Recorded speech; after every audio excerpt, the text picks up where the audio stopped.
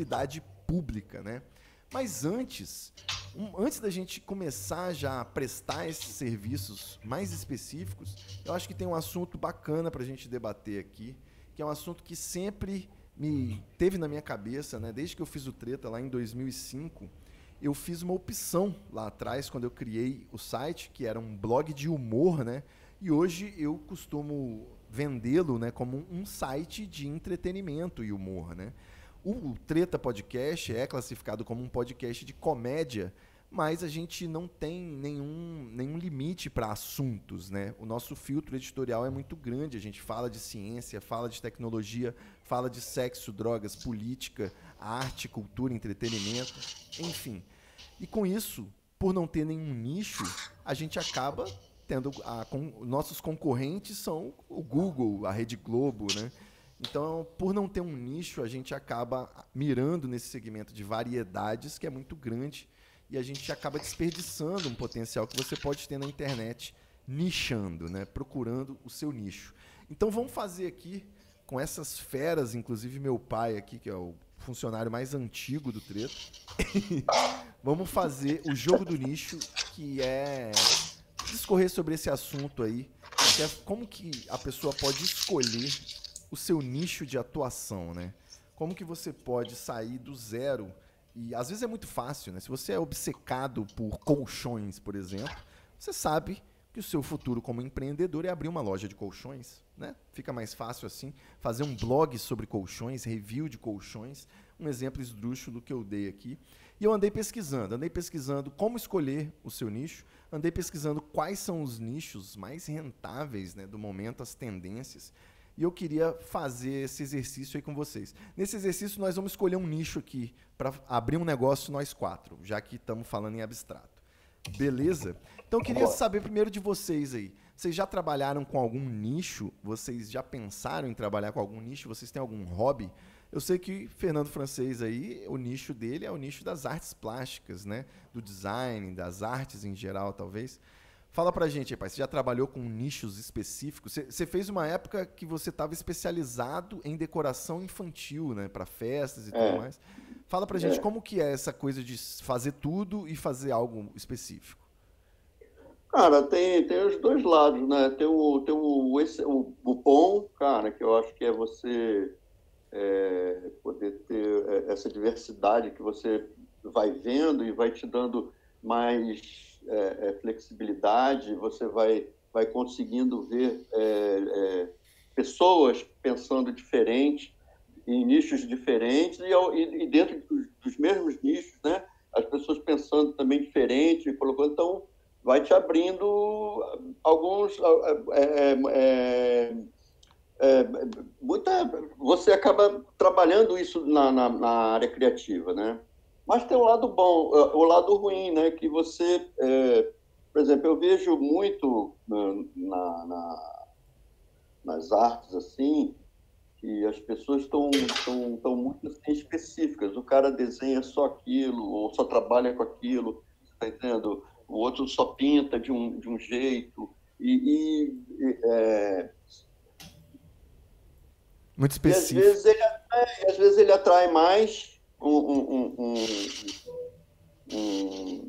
um público dentro da arte conceitual, né, dele, a arte autoral, do que quando você vai trabalhar com decoração de criança.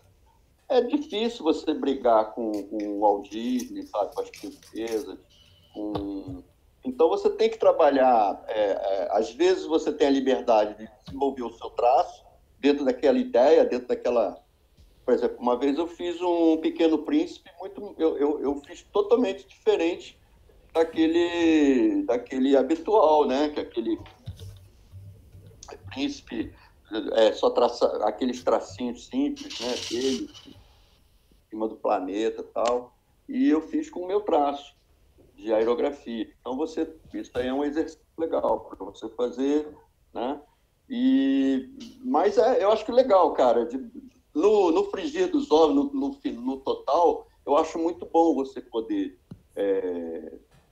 trabalhar com nichos diferentes, né? Eu, por exemplo, na área quando eu atuei com publicidade, eu vê no estúdio, você vê também vários nichos ali, quando você trabalha com uma. Você está trabalhando com supermercado, mas você tem calçado, você está entendendo? E você tem a panificadora, a padaria, de repente uma rede de padarias, entendeu? Então, isso são nichos diferentes que você trabalha, né? Que,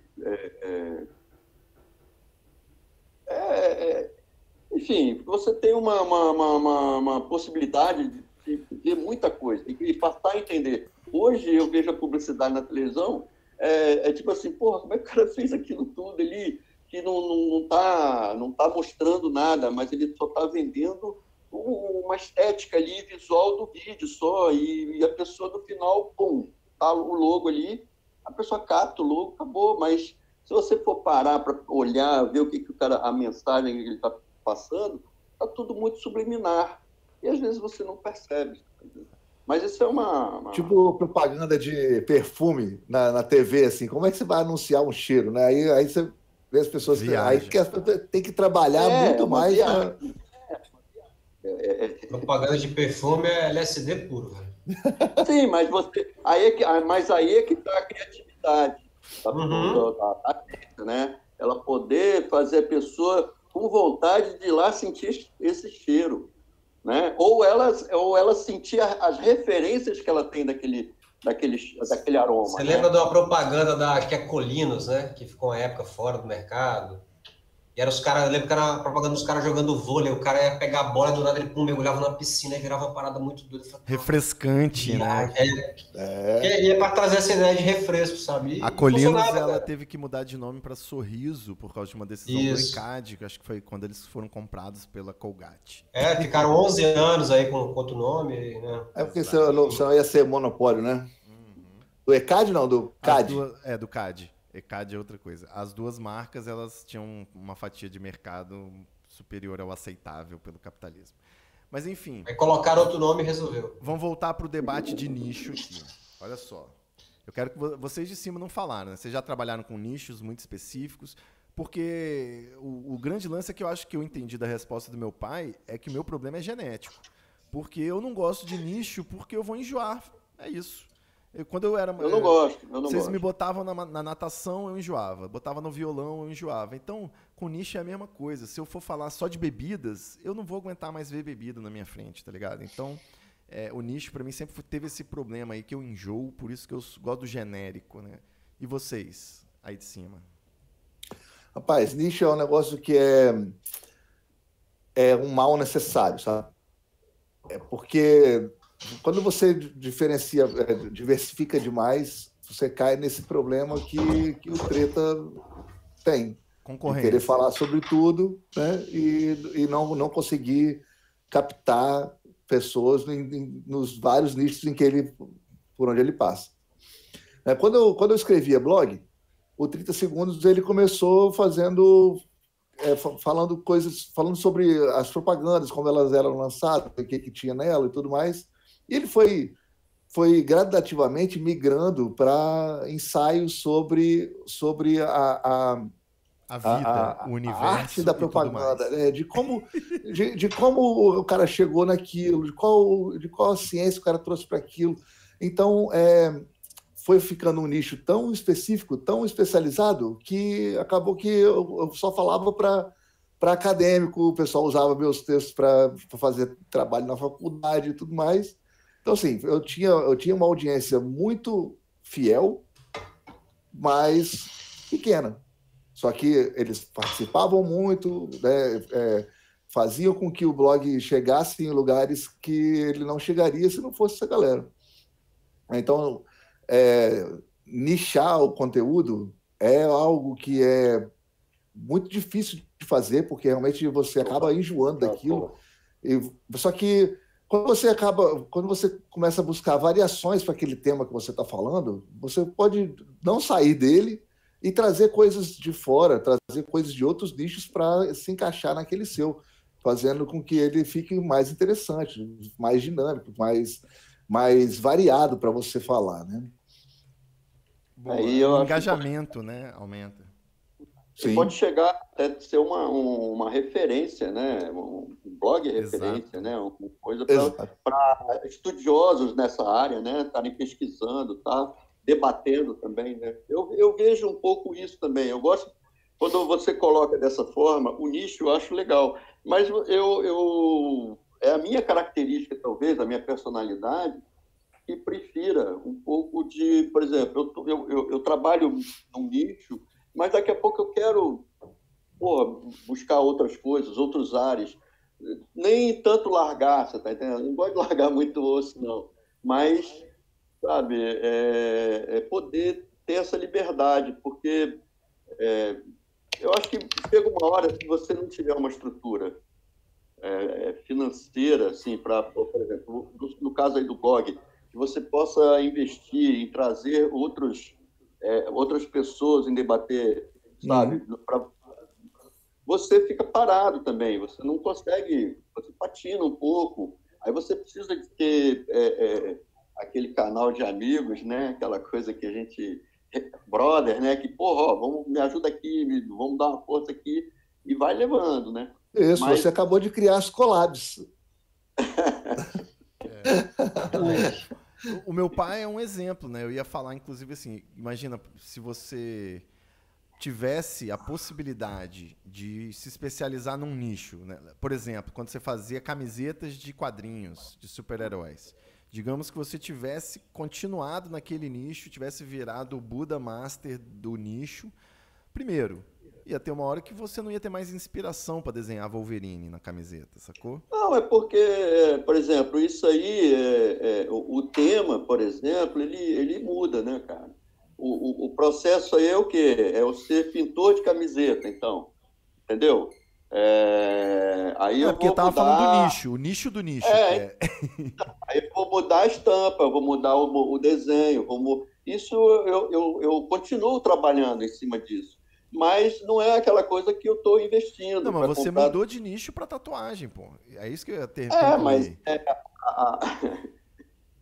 a tatuagem é o atual, né? Mas é tipo assim, eu tô aqui, nós estamos na pandemia. Vou enjoar, né? Tatuagem é agora.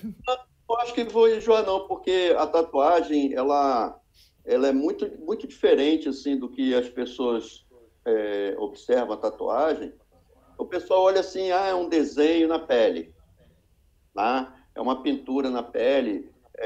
Tem gente que usa só para botar uma lembrança, botar uma cruzinha, ela marca ali e tal. Mas para o tatuador é diferente, cara. Ele vê a pele com uma tela, uma superfície ali. E ela tem vida, cara. Olha que louco. Essa superfície tem vida. E reclama de dor, né? Não, vida no sentido assim, depois que você termina o desenho, a sua pele vai mexendo ali, cara. Você tá entendendo? Vai alterar o traço, dependendo do traço que você fizer, ele vai abrir mais, vai abrir menos, você tá entendendo? Então, isso é um estudo muito, muito legal, muito gostoso para quem gosta de ficar estourando bolinha, cara, passar a agulha na pele é muito bom, cara. É um sadismo, assim, né? Faz parte. Eu posso falar assim de mim dentro da fotografia, né? Para quem não sabe, eu sou fotógrafo profissional. E eu, desde o início da fotografia, eu trabalhava com casamento, né? Não trabalho hoje porque a gente está na pandemia e não tem dinheiro nesse mundo que me convence a entrar num lugar cheio de gente. Então, assim, desculpa, não tem como. E eu sempre trabalhei nesse nicho específico de casamento. Só que dentro da fotografia de casamento, apesar de ser posso falar assim, um setor assim, bem nichado, né, bem específico, ela te possibilita fazer qualquer coisa, na verdade. A fotografia de casamento, na verdade, é uma grande escola da fotografia, porque você pode explorar praticamente tudo. Eu, no meu trabalho lá com o André, a gente sempre explorou muito a foto documental, né? Que eu acho que é algo que é muito pouco explorado hoje nesse sentido. Você vê as pessoas fazendo muito hoje a fotografia de beleza, de moda, dentro da fotografia de casamento, que tudo é válido, né? Diga-se de passagem, mas não é o que eu curto fazer. Eu gosto de documentar pessoas, relações das pessoas. Então você vai casar lá. Explica para os leigos. É tipo tirar aquela foto espontânea. É a foto espontânea, é a foto que ninguém tá vendo. É a foto que você tá lá. Vou imaginar, você vai casar com a Camille, aí vocês estão lá no meio da festa, aí você tá com o francês, que é seu pai, vocês estão lá conversando, qualquer besteira, velho. Então, e você nem tá vendo, eu tô lá. E eu, dali, eu consegui enquadrar, eu consegui pensar na iluminação, eu consegui pensar em vários elementos para tornar aquilo mais bonito, mais atrativo, mas não perde a veracidade daquele momento, sabe? Do que está acontecendo ali. O que É tá muito acontecendo melhor do que puxar o meu pai e falar, vamos tirar uma foto ali na cortina. Eu não faço isso. Eu Não acho faço isso. isso. Mas Inclusive, eu gosto tem convidado que fica puto. Tira uma foto minha que eu já falei não, várias vezes não. Porque eu não vou perder clique, porque não tá a luz certa, velho. Não vou ficar perdendo meu tempo, tá ligado? Não tenho como ficar explicando pra pessoa. Então, às vezes eu faço a foto é uma bosta, deleto, a pessoa nem sabe disso, sabe? Mas como é que é isso? Porque não é o trabalho que a gente está proposto a fazer. Nosso trabalho proposto a fazer é documentar de forma assim, tipo... Eu até falo que eu brinco que apesar de eu ter trabalhado em jornal, na época que eu trabalhei no jornal como fotógrafo, fazia muito mais fotojornalismo nos casamentos, nos eventos sociais, do que no jornal. Porque no jornal era tudo foto posada. Aí eu vou lá na casa do francês, fotografar o artista no ateliê dele. Eu vou lá e a gente posa, arma, sabe?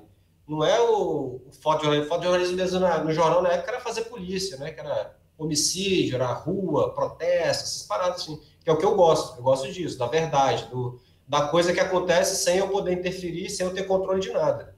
Foto pinga-sangue. É a foto que o fotógrafo corre, filha da puta, eu vou te bater. Você tem que correr, meu irmão. Porque a verdade é essa, sabe? A conclusão, Mizinho, só um minutinho. A conclusão seria, então, de que você está bem confortável no seu nicho. Você tem liberdade criativa e tem o mercado, né? A demanda. Eu nunca consegui trabalhar com alguém que não me desse liberdade criativa. Eu simplesmente não consigo produzir. Meu trabalho depois fica uma bosta e fica uma bosta para a pessoa. Quem me dá liberdade, eu consigo entregar um trabalho que eu acredito seja melhor. E hoje eu trabalho com audiovisual no geral, né? Assim, eu nunca me nichei, assim. Mas é sempre o nicho de buscar o documentarismo dentro de qualquer coisa que eu vou fazer, entendeu? Acho que é isso, não sei se eu consigo explicar. E a startup de imagens aéreas? Tá rolando. Tá rolando. Eu tô inclusive descobrindo novos nichos aí de trabalhos com drone, né? Que é interessante. Tenho trabalhado com as empresas de engenharia, feito uns serviços diferentes, assim, que eu nunca imaginei que ia fazer, mas que é bem legal também, entendeu? Excelente, então, eu queria voltar lá no assunto do casamento, que eu fiquei curioso.